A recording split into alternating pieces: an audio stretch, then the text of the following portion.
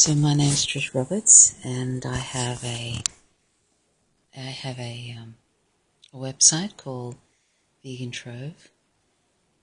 It's an abolitionist vegan podcast, and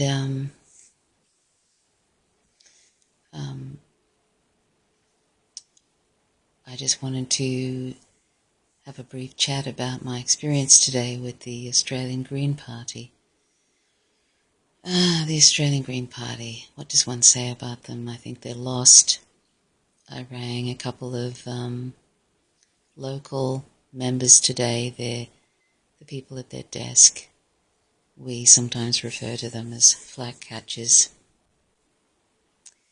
and because that's what they tend to do, just fend off people like me who raise difficult questions. And so that's what I did today. I spoke to them, to the flag catchers, and about veganism. I tried to talk about the ethical position of veganism, meaning that animals are sentient beings and they have a right not to be used as resources. And then I talked about the 51% of greenhouse gases that are from animal agriculture, and also that there's an acre per second of rainforest is cleared to make way for animal agriculture, and the Amazon rainforest is being destroyed at 1 acre per second, which is just appalling, really. And if any party worth their salt claims to care about the environment, then they should absolutely, that should be the number one issue, animal agriculture. And it's not something that's a secret out there. It's not like we don't know. It's not like it's not out there about the greenhouse gases that animal agriculture produces, the 51%. There's plenty of information about that. So they pretend as if they've never heard of it. When you talk about it, they go, interesting. Even on the federal level, they do that. They pretend like they haven't heard about it. And I tried to talk about imperialism too, the US empire trying to start wars of choice for hegemony and resources, and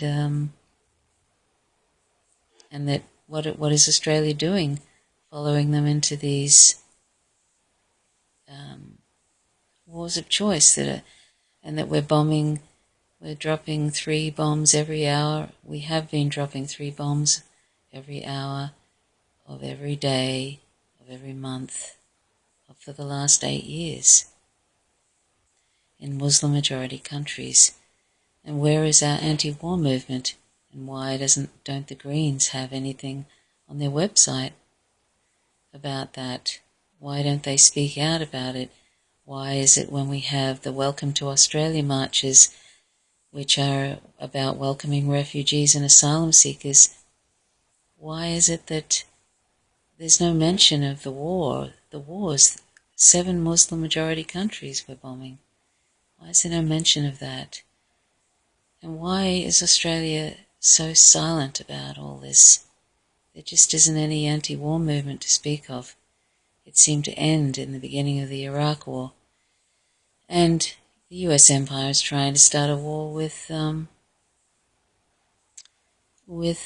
Iran, Russia, and China at the moment. I mean, that should be like a main issue of the Greens Party. And on top of that, Bob Brown seems to have a problem with the left renewal part of the party, which is an anti-capitalist, a socialist section of the party. And actually, he said something. He kind of basically put down that idea. So I mean, they're trying so hard to be kind of, in some ways, mainstream and to be kind of soft peddling issues,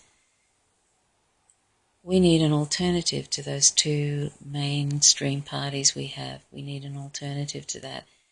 Those two, the duopoly that we have in Australia, are very much like one another. We don't need any more of that. So between the sort of the lack of interest in talking about imperialism, or when they do talk about it, it's just so rare, and then their lack of interest in veganism and how animal agriculture is destroying the planet, destroying the environment. It can't destroy the planet will go on without us, but it's destroying the environment. Even if you don't agree with the numbers, the 51%, it's certainly as bad as coal. And it's a big issue, and yet none of them are doing anything. They're not talking about it. So what kind of Green Party are they? And on top of that, if they, animals are sentient beings. Just because they're another species doesn't mean we have the right to use them as things, as property. And that's the main issue of veganism. The other issues of environment and health are just ancillary benefits of veganism, but of course the environmental issue is an ethical issue, because there are climate refugees, and of course animals belong on this planet, the other animals belong on this planet just as much as we do. They have a right to be here, just as much as we do. And so it's their planet too, and we're basically destroying it for them. And that's completely immoral. So I don't know if you've heard this before, but India has built a fence around Bangladesh, because when push comes to shove and Bangladesh goes underwater, they're going to try and stop people from coming across. This is where we're at now. So it's a big deal. Animal agriculture, the 51% greenhouse gases, that's a big deal. And we should care about that, and they should care about it. So our politicians are just a great disappointment, the ones that call themselves progressive or green. And I said toward the end I called 5 different offices, and they were all pretty much the same. And I said, well, when Australia bursts into flames, we can say, but we had our animal products. Anyway. But we mustn't give up and persist.